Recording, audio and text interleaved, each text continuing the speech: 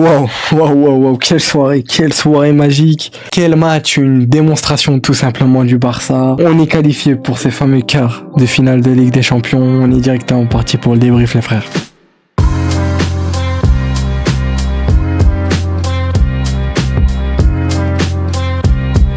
Quel match on aura vécu dans ce début de soirée de Ligue des Champions, la soirée qui continue à l'heure actuelle où je vous parle, à l'heure actuelle où je tourne. Vous pouvez voir ici sur Footmob, il y a le Bayern qui joue, Liverpool, Galatasaray, Tottenham, l'Atlético. Tottenham-Atlético, le match qui nous concerne directement. On sait que Tottenham croit en cette fameuse remontada. Peut-être que d'ici là que le débrief soit sorti, on connaîtra qui on va affronter en quart de finale. En tout cas, pour l'instant, à l'heure actuelle, ça sera l'Atlético Madrid qu'on va recroiser et j'espère qu'on va les recroiser honnêtement. Enfin bref, je vais pas trop m'éloigner du débrief, mais quel match, quelle soirée de Ligue des Champions. Victoire écrasante 7-2 du Barça, 4 buts dans cette deuxième mi-temps-là, une démonstration totale dans cette deuxième mi-temps-là. Deuxième mi-temps où c'est là où je me dis enfin on joue notre football, enfin on pose le ballon, on prend la maîtrise du ballon tout simplement. Et cette équipe de Newcastle n'a rien pu faire tout simplement malheureusement pour eux.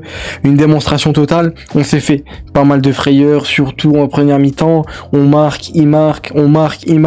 J'avais l'impression de revivre un peu le scénario de la saison passée, plutôt la fin de saison passée pour ceux qui s'en souviennent. Et même pendant cette saison-là, à certains matchs, on avait cette impression-là de on marque, il marque, et j'avais peur de tout simplement retrouver ça, mais au final dans cette deuxième mi-temps-là, on voit que les joueurs sont rentrés beaucoup plus concernés. Flick a très certainement dû trouver les bons mots, et surtout les joueurs se sont rendus compte que le match partait un peu en espèce de match ping-pong, comme j'aime dire, parce qu'en première mi-temps, le match allait dans tous les sens, aucune équipe n'avait réellement la maîtrise du ballon.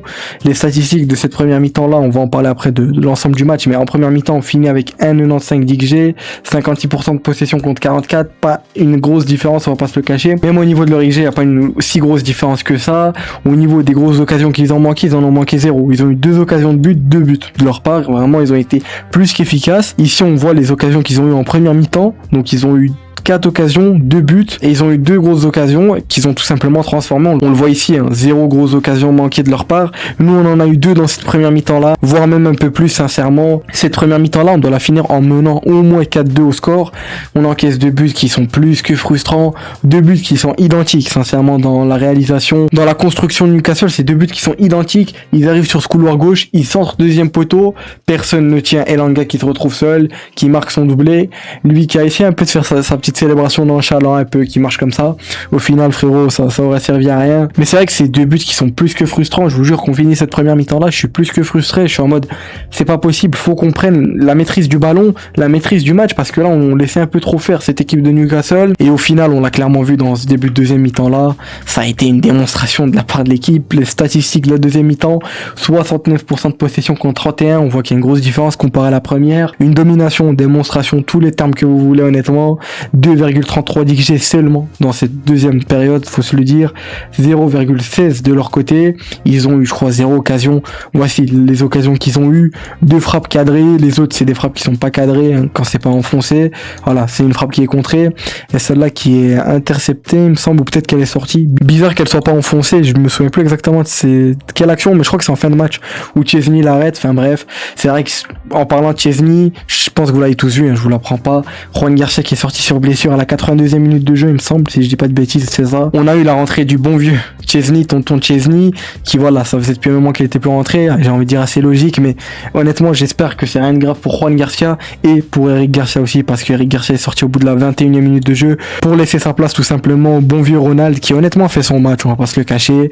On peut le critiquer, etc. Je sais qu'il y a pas mal de gens qui sont des haters un peu de Ronald, mais honnêtement, faut se le dire, il fait son match. Même si voilà, dès sa rentrée, il me semble que quelques minutes après, on encaisse le but, voilà, 28e, il rentre à la 21e, 22e, avec ce fameux débordement de Barnes sur le côté gauche, avec une perte de balle de Lamine Yamal au début. Lamine Yamal, faut être honnête, il fait la perte de balle sur ce deuxième but là, même lui il s'en veut, on le voit bien à la caméra, même si de base c'est une talonnade qui était pour Pedri, mais bon elle est mal faite, Pedri qui était pas dans cette zone là, et Lewis Hall, il me semble que c'est lui qui récupère le ballon, il joue directement sur Barnes qui arrive face à Ronald et qui fait un centre qui passe entre les jambes de Ronald et qui arrive au niveau d'ici, Elanga qui arrive lancé, enfin voilà, il arrive pas d'ici mais vous m'avez compris, il arrive d'ici et ensuite il a plus qu'à finir, la cage était vide tout simplement.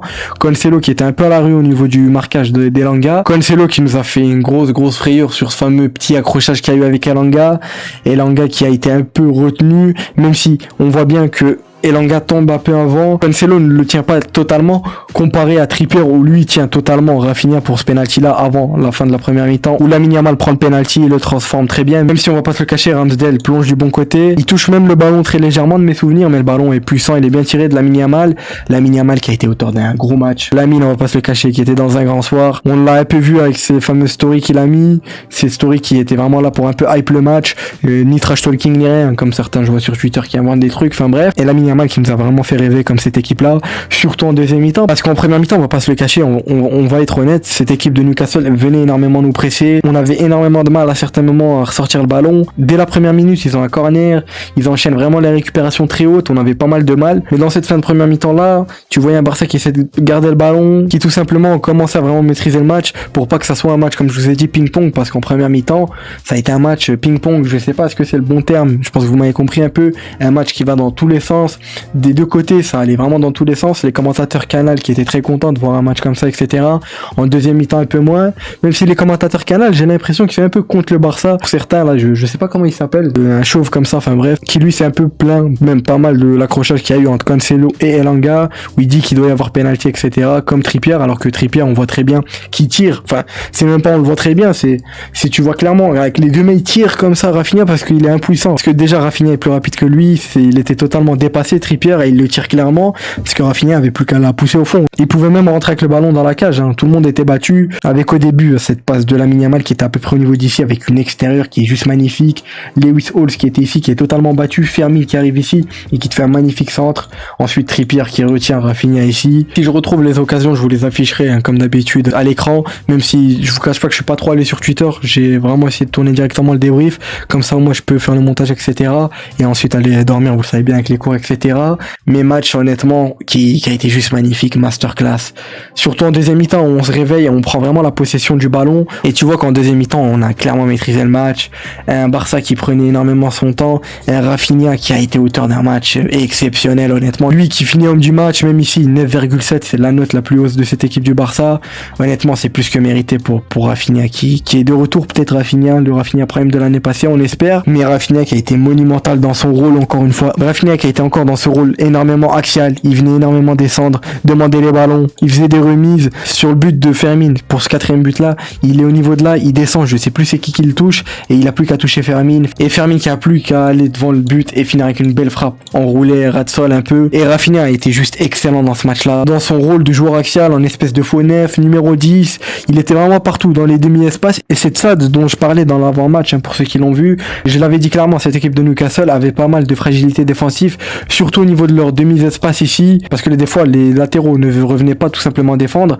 En deuxième mi-temps, Newcastle, quand elle a vu qu'on menait, etc., a vraiment essayé de jouer un peu plus offensif, et Rafinha qui a très bien su exploiter ça, même si en première mi-temps il a fait pareil, et c'est de là aussi d'où vient le premier but, son ouverture du score, même si c'est Lamine Yamal qui fait tout le travail, Lamine Yamal et lui qui ont alterné de côté sur cette occasion-là, Lamine qui fait un contrôle juste magnifique, et qui élimine très bien Malik Thiaw, si je dis pas de bêtises, c'est lui qui l'élimine, il la donne à Rafinha, ou peut-être qu'elle était de base même pour Fermin, en tout cas Rafinha la laisse pour Fermin qui lui la remet au niveau d'ici, Rafinha, il reçoit le ballon, sans froid total de la part de Rafinha, et c'est là où tu vois qu'un Rafinha est de retour, le Rafinha chirurgical qu'on connaît, il arrive, il feinte une première fois Ramsdale qui a cru qu'il allait tirer ici, et ensuite il t'enroule très bien la frappe, il a même pas vraiment enroulé cette frappe, il a juste mis une petite frappe comme ça, tranquillement bien placée, parce que Ramsdale a tout simplement été battu, Ramsdale qui les a pas mal sauvés aussi, hein. Faut vraiment que les joueurs de Newcastle le remercient, parce que sans ces parades en deuxième mi-temps, le match se finit facilement, et je suis gentil, à 9-2, voire un peu plus même, mais dans ce match là il y avait largement moyen de finir avec un score bien plus grand que ce score de 7-2, même si on est déjà content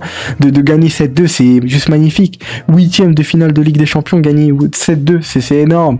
Après oui, je sais, certains vont me parler du 8-2, enfin bref, ça c'est les mauvais souvenirs, ne venez pas me parler de ça s'il vous plaît, même si je vois déjà la communauté du Real, etc., qui vont quand même nous ressortir le petit 8-2, enfin bref, mais en tout cas quel match, honnêtement, j'ai encore le sourire à l'heure actuelle où je tourne le débrief, je suis plus que content, je vais bien dormir, on va bien dormir, on est qualifié pour ces quarts de finale de Ligue des Champions, c'est juste magnifique honnêtement. Après oui, bien évidemment, dans cette première mi-temps là, il y a eu pas mal de problèmes, on va pas se le cacher, déjà la défense aussi, à qui on peut en vouloir, mais c'est pas une question que de défense, parce que t'as aussi le milieu qui a été transpercé, ça part d'un tout, ça part d'un pressing tout simplement qui a été cassé, plutôt j'ai envie de dire, et on prend vraiment deux buts identiques, le premier où Lewis Hall s'est touché, il continue, etc., Bernal qui vient quand même le presser, Chelsea, et il te fait un beau centre, hein, on va pas se le cacher, c'est un beau centre de la part de Lewis Hall sur Elanga.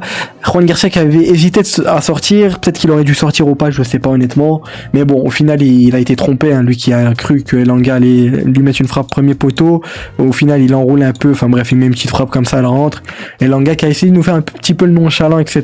Quand il a vu qu'il, surtout après le deuxième but, il marchait un peu, il regardait les supporters, mais bon, au final frérot, tu te prends cette but, lui qui est sorti par la suite, hein, et qui était totalement dégoûté, ce qui est assez compréhensible honnêtement, mais se prendre 7-2 dans un huitième de finale retour, c'est pas évident, surtout pour une équipe de PL où à l'aller, on va pas se le cacher, ils ont été nettement meilleurs que nous si on prend l'ensemble du match, etc. Mais dans ce match-là, je l'avais dit clairement, et j'avais même commencé par ça dans l'avant-match. On est au Spotify Camp Nou, on sait qu'à domicile, on est tout simplement une machine, et on l'a vu encore une fois avec les supporters, etc. Les supporters qui étaient en feu, plus qu'en feu. C'est juste magnifique de voir un stade comme ça, sachant qu'il est même pas fini le Spotify Camp Nou. Je sais pas combien il y avait de supporters, il y avait 56 000 supporters, donc ouais, pas mal, sachant que le stade peut accueillir 62 000, donc ouais, il était pas plein. De toute façon, on pouvait un peu voir qu'il y avait des sièges vides, c'est dommage, mais c'est pour des soirées comme ça qu'on supporte le Barça. J'imagine pas pour ceux qui ont eu la chance d'être au stade, comment ils ont pu vivre ça, parce que c'est juste magnifique, surtout cette deuxième mi-temps qui a été à sens unique, hein. On peut le revoir dans les statistiques en deuxième mi-temps qui est plus qu'à sens unique pour le Barça, 0,16 d'XG, 69 contre 31% de possession, 2,33 pour nous, 0,16 de leur côté comme je vous ai dit, et même dans l'ensemble de ces statistiques là on est nettement supérieur, 63 de possession contre 37%, 4,9 d'XG contre 1,52, 0 grosse occasion manquée, hein. Vraiment ils ont eu 2 occasions très franches et ils les ont mis, vraiment ils ont pas cherché à comprendre Newcastle, comparé à nous où ici Footmob nous met 3 grosses occasions manquées, même si je pense qu'il y en a plus que ça, mais on sait bien que Footmob ne peut pas toujours être précis, et même les sites comme ça de statistiques c'est pas toujours évident, mais sinon même au niveau des passes réussies, voilà, on a 87% contre 74%, 399 contre 198, ici on peut voir toutes les occasions qu'on s'est procurées, déjà il y a les 7 buts, les occasions qui sont enfoncées comme ça, il me semble c'est les frappes cadrées ou les grosses occasions, il me semble plutôt que c'est les frappes cadrées, c'est ça, et ceux qui sont en transparent comme ça c'est les frappes qui n'ont pas été cadrées ou contrées tout simplement, mais eux on peut le voir, hein, il y a une grosse différence avec nous, il y a je ne sais combien d'occasions, et c'est pour ça que ce match là, je l'ai dit, je le répète, on doit finir à plus de 7 buts, mais bon, voilà, c'est comme ça, des fois on croque, etc. Lamine Yamal, j'ai en tête là qui rate un petit face à face, on va pas se le cacher, contre Ramsdale, qui sont une belle parade. Il me semble qu'il y a aussi Robert qui rate une grosse occasion, surtout en première mi-temps, c'est vrai que je viens de m'en rappeler, mais à un moment donné Malick Thiaw se trouve totalement, pour ceux qui s'en souviennent. Rafinha il récupère le ballon, c'est du 2v2 ou même peut-être 2v1, t'as Burn, Rafinha et Lewandowski, Rafinha qui décale très bien sur Lewandowski qui met vraiment une vieille frappe, on va pas se le cacher, mais lui c'est vrai, j'en ai pas parlé, mais il est auteur d'un doublé dans ce match là, pour ce fameux 6ème but et le 7ème, ça fait plaisir honnêtement, enfin libéré, ça fait depuis un moment qu'il avait plus marqué Lewandowski, et sincèrement son match n'est pas si mauvais que ça, honnêtement, même si en première mi-temps ça a été un peu compliqué pour nous, on va pas se le cacher, il a été un peu timide, un peu fantomatique à certains moments, plutôt j'ai envie de dire les 35 premières minutes à peu près, mais par la suite vraiment il a son jeu sans ballon, il l'a très bien fait. Robert, ça fait plaisir de le voir comme ça, et son jeu sans ballon, et je l'ai toujours dit, hein, que Robert quand il le fait c'est juste magnifique, ça libère tellement d'espace, et c'est grâce à ça que Rafinha pouvait être dans un rôle beaucoup plus libre, en électron libre, beaucoup plus axial, parce que pour ceux qui ont remarqué, j'en avais même parlé dans le débrief face à Séville, on a énormément Lewandowski qui est un peu placé sur ce côté gauche, il est placé sur ce côté gauche mais pas collé à la ligne, vous savez, un peu plus axial comme ça, et ça libère des espaces ici, parce que t'avais un Malick Thiaw ou un Trippier qui devait aller sur lui, Rafinha qui était à chaque fois dans les bons espaces, les bons demi-espaces, et Rafinha dans ce rôle-là, il a été encore une fois excellent, cette espèce de rôle de mi-10, mi-numéro 9, c'est plutôt un électron libre, comme j'aime dire, mais il était partout, il descendait énormément chercher les ballons, il retouchait, ça créait des décalages, Cancelo qui pouvait monter sur l'aile gauche, etc. Même si offensivement, aujourd'hui, Cancelo a été beaucoup moins impactant que face à Séville, c'était pas évident face à cette équipe de Newcastle, surtout que s'il montait, il savait très bien que dans son dos, il laissait Elanga, il a pas voulu prendre le risque, déjà qu'Elanga a réussi à mettre les 2 seuls buts de Newcastle dans ce match-là. 2 buts qui, honnêtement, est-ce qu'on peut réellement vouloir à Cancelo? Le deuxième but, je pense que c'est très clair. En tout cas, là, j'ai le ralenti dans ma tête. Vraiment, Cancelo, il suit pas Elanga. Erreur d'inattention, tout simplement. Peut-être qu'il s'attendait à ce que Araujo contre le centre de Barnes, là, qui est passé vraiment entre les jambes d'Araujo. Et dans l'ensemble, Cancelo, honnêtement, fait son match, même si c'est loin d'être une performance similaire à ce qu'on a eu face à Séville, etc., au précédent match. Mais il a quand même été là, il a été rassurant. Cette défense-là, où on voit 6,5 pour Koubarsi. Honnêtement, je n'aurais pas mis 6,5. Koubarsi qui a été vraiment patron, encore une fois.